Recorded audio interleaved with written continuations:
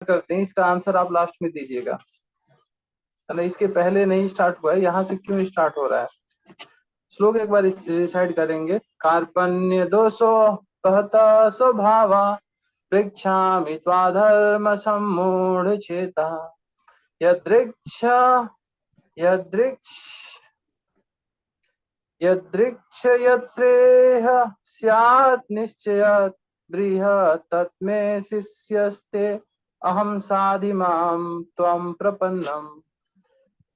तो इसका जो श्लोक है, यहाँ पे जो वर्ड मीनिंग है बड़ा इंपॉर्टेंट है। कार्पण्य दोषो, कार्पण्य मतलब कायरता और दोषो मतलब दुर्बलता। कायरता और दुर्बलता दोनों से क्या हुआ, उसका स्वभाव पहता, पहता मतलब अब उसके अंदर वो स्वभाव उससे ग्रस्त हो चुका है, मतलब उससे अब बीमार हो चुका है। और यहाँ पे स्वभाव, ये दोनों गुण कायरता और दुर्बलता दोनों इसके अंदर आ गई है।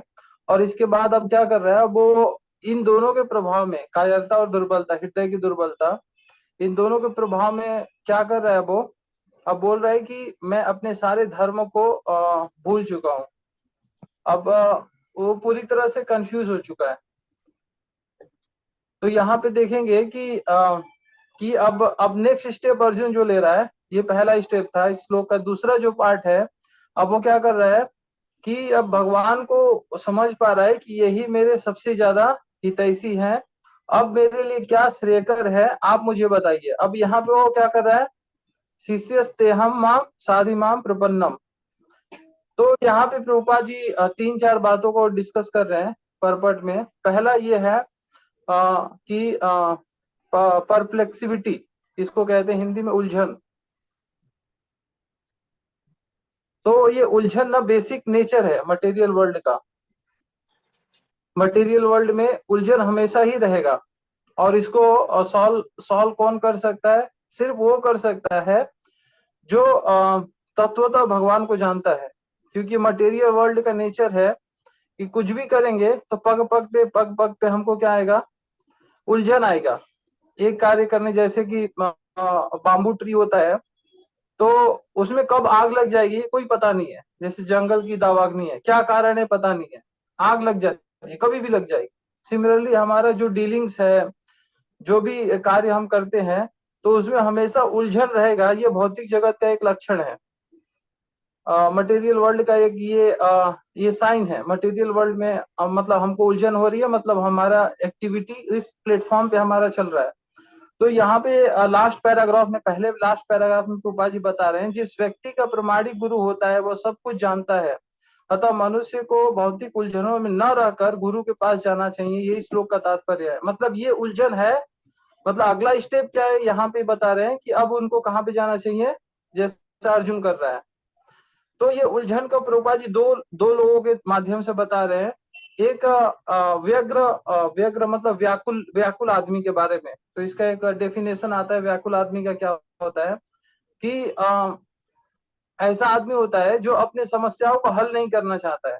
जीवन के जो चार मेन समस्याएं हैं, जन्म मृत्यु जरा व्याधि, इनकी तरफ न देख के, इनको सॉल्व न करके, और आत्म साक्षात्कार का विज्ञान को न सीख के, कुकर सुकर के भांति अपना जीवन बिताता है। कुकर कुत्ते की तरह और सुअर की तरह अपना जीवन बिताता है और अपना शरीर त्याग के चला जाता है। तो इसको इसको यहाँ पे नेक्स्ट पैराग्राफ में प्रभुपाद जी बोल रहे हैं कि ये व्यग्र आदमी है। और इसमें इसमें बता रहे हैं कि कृपण भी इसको कहते हैं, कृपणा। कृपणा ये अपोजिट वर्ड होता है ब्राह्मणा के।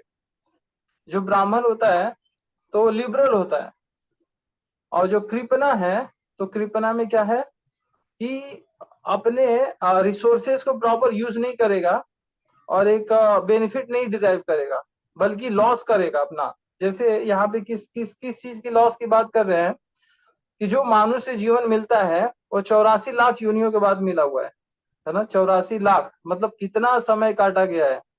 और हमारा नेचर है कि हम भूल जाते हैं। जैसे अगर हमको कोई पीछे बीमारी हुई होगी, उसका में बहुत पेन हुआ होगा, लेकिन अभी हमारा जो डाइट होता है, हम एक नॉर्मल करके थोड़ा मिस डाइट भी लेने लगते हैं, मिस हैबिट भी करने लगते हैं। क्यों? हम भूल चुके हैं कि इतना पेन था, है ना। जैसे कुछ लोगों को स्टोन, किडनी स्टोन हो जाता है, एक एक्सट्रीम पेन होता है, पर जैसे ही ठीक होता है कुछ समय के बाद भूल जाते हैं, और एक जो डाइट नहीं लेना चाहिए वो भी लेने लगते हैं, जो दिनचर्या नहीं होना चाहिए वो भी करने लगते हैं।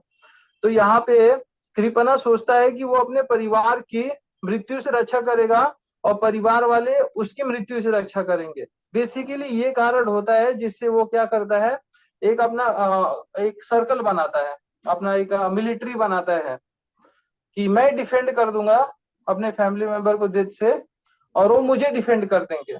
इसके लिए अलग अलग प्लानिंग, अलग अलग इंश्योरेंस, सारी चीजें चलती रहती है, और ये प्रवृत्ति देखते हैं कि पशुओं में भी पाई जाती है। तो बेसिकली यहाँ पे पूरे श्लोक में प्रभुपाद जी ये कोट कर रहे हैं कि जो चार चीजें होती है, मीटिंग, ईटिंग, स्लीपिंग, ये सारी हैबिट जो होती है पशुओं में आदमियों में समान है। धर्म ये को अधिको विशेष हो, जो पहले पहले दिया गया है। कृपना वो व्यक्ति है जो समस्या को सुलझाने के लिए आध्यात्मिक विज्ञान को नहीं सीखता है, आत्म साक्षात्कार के विज्ञान को नहीं सीखता है, और कुकर सुकर के भांति अपने शरीर को त्याग के चला जाता है। तो बेसिकली ये जो चार चीजों में लोग रत हैं, only meeting, eating, sleeping, defending, ये प्रोसेस में, और साइंस ऑफ सेल्फ रियलाइजेशन की तरफ अपना समय एनर्जी नहीं डाल रहे हैं, तो बेसिकली उनको प्रभुपाद जी ने कुकर सुकर ही बता दिया है। एक्चुअली में वो जैसे जब जन्म होता है बच्चे को तो उसको जंतु ही कहा जाता है, जब तक वो शास्त्र के ज्ञान को नहीं लेता वो मनुष्य बनता नहीं है। तो यहाँ पे अर्जुन युद्ध करने की अपने अपनी जो उसका मेन जिम्मेदारी है वहां पे। तो अर्जुन अब इस श्लोक में ये बात समझ चुका है कि इसको उलझन का मेन कारण क्या है। तो उसकी उलझन का मेन कारण क्या था कि अपने वो सदस्यों के प्रति उसका अनुराग था, किस लिए वो उसकी इच्छा थी कि उनकी मृत्यु से सुरक्षा कर देगा। लेकिन असली कारण ये था कि अर्जुन अपनी भी सुरक्षा नहीं कर सकता था, क्योंकि भगवान बता रहे थे यहाँ पे कि ना पास्ट में और ना फ्यूचर में ऐसा कभी समय नहीं होगा कि ये लोग ना रहेंगे और तुम ना रहोगे, ये हमेशा रहेंगे अलग अलग फॉर्म चेंज करके। तो यहाँ पे अर्जुन पूरी तरह से समझ जाता है कि दुर्बलता के कारण, कार्पण्य दोष के कारण अब उसका अपने कर्तव्य को नहीं निभा पा रहा है। तो अब वो क्या करता है, भगवान के सामने सरेंडर कर रहा है। तो ये जो सरेंडर कर रहा है भगवान के सामने, और भगवान को अब यहाँ पे फ्रेंडली टॉक खत्म हो गया। दोनों के बीच में अभी तक फ्रेंडली टॉक चल रहा था, अब वो खत्म हो गया। अब यहाँ पे ग्रेव टॉक चलेगा, मतलब गंभीर गंभीर वार्ता चलेगी। अब यहाँ से एक गुरु और शिष्य का डिस्कशन चालू हो रहा है। इसके पहले जो था वो फ्रेंडली टॉक था, तो भगवान बहुत ज्यादा सीरियस नहीं लिए, बोलते जाओ बोलते जाओ बोलते जाओ।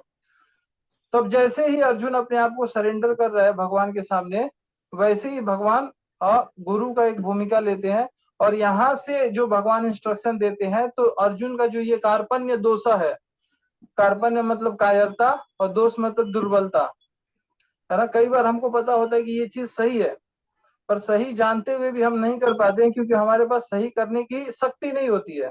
तो उसको दुर्बलता कहते हैं, हृदय दुर्बल्यता। तो अर्जुन के पास भी सेम कंडीशन अपना दिखा रहा है, और ये दूर हो रही है जब जैसे बीमारी हो जाती है तो दूर कैसे होती है, एनर्जी टॉनिक लेते हैं। तो ये जो मानसिक रूप से ये जो सॉफ्टवेयर में जो वायरस आ जाते हैं दुर्बलता के, क्योंकि शरीर में तो उसकी शक्ति है ना।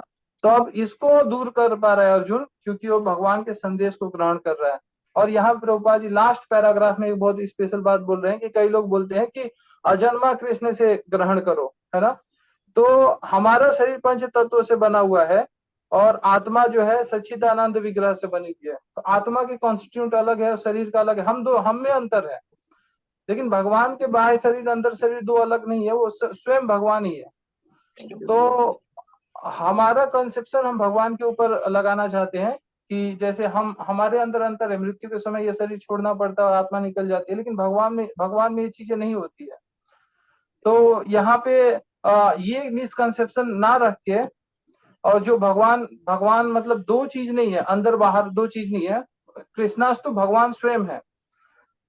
तो भगवत गीता को जब सुनते हैं तो भगवत गीता असर करती है।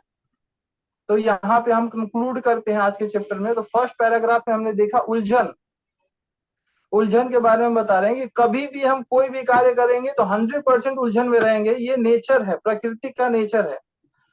तो यहाँ पे भगवत गीता हमको इंडिकेशन दे रही है कि यहाँ से ऊपर कैसे उठोगे, तो अब उसके पास जाओ जो तत्वतः जानता है भगवान को, भगवत गीता के संदेशों को। तो उसने सब कुछ देखा है, जैसे बिल्डिंग के ऊपर आदमी बैठा है तो जानता है ये रास्ता कहाँ जाएगा, तो मार्ग आपको गाइड कर सकता है, इस रास्ते से चलो तो आप यहाँ से निकल के चले जाओगे।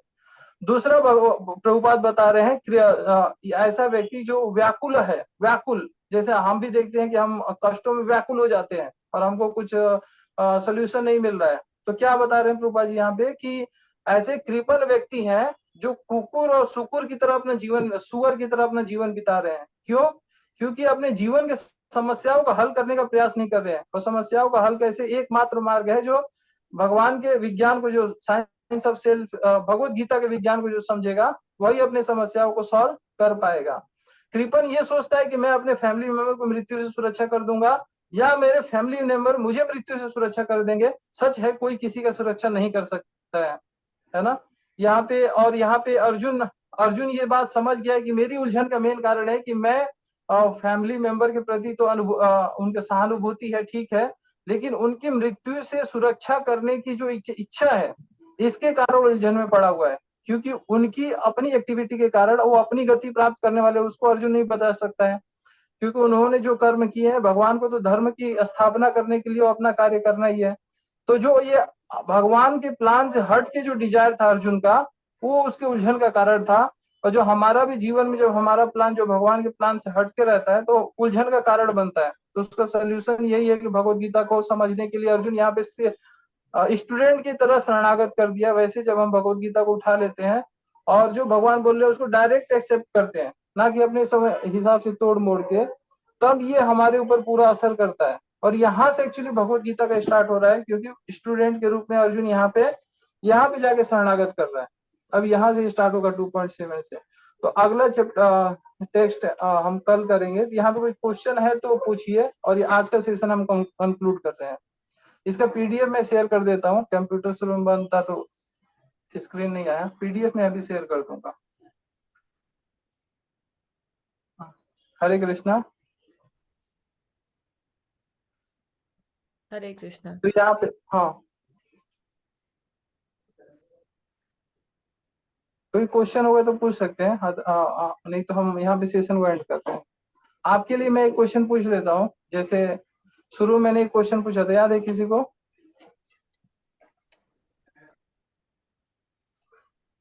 मैंने बोला था क्लास के एंड में ये क्वेश्चन का आंसर दीजिएगा। अर्जुन को भी उलझन आया था, उसका सोल्यूशन कहाँ से मिला उसको? इसी श्लोक में मिल गया था।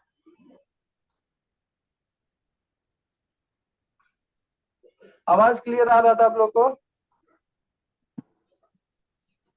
जी प्रभु जी। ओके। तो अर्जुन